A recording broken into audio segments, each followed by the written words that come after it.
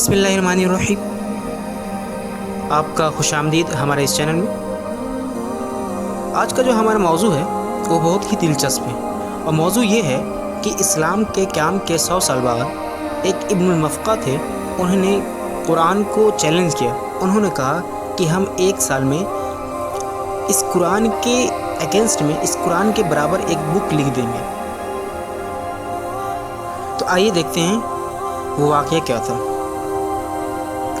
اس وقت یہ ہوا تھا کہ اس وقت غیر مسلم کی ایک جماعت نے یہ دیکھا کہ بہت سارے لوگ قرآن سے متاثر ہو کر اسلام قبول کر رہے ہیں،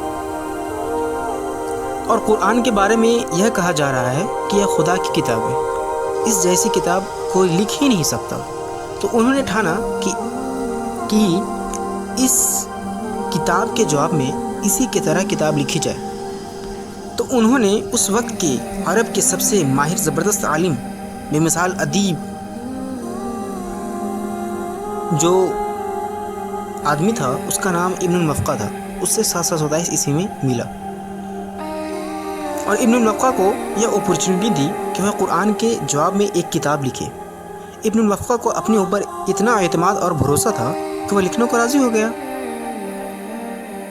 اور اس نے شرط رکھی کہ وہ 1 سال میں اس کتاب کے جواب میں دوسرا کتاب لکھ دے گا،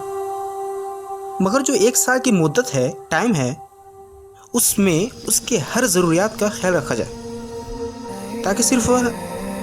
کامل یکسوئی کے ساتھ جواب لکھنے میں مگن رہے۔ تو ایسا ہوا کہ 6 مہینے گزر گئے، تو ان کے ساتھیوں نے سوچا کہ جا کر دیکھتے ہیں کہ آخر اس قرآن کے جواب میں کچھ جواب لکھایا یا بھی نہیں۔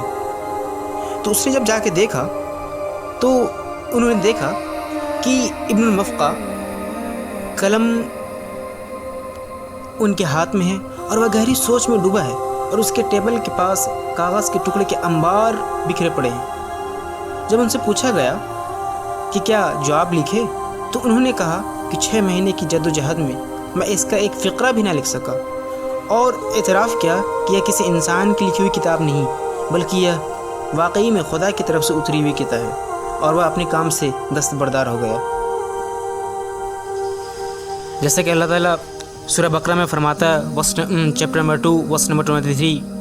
اگر تم اس کلام کے بارے میں شک میں ہو جو ہم نے اپنے بندے کے اوپر اتارا ہے، تو لاؤ اس کے جیسی ایک سورہ اور بلا لو اپنی مددگاروں کو بھی اللہ کے سوا، اگر تم سچے ہو۔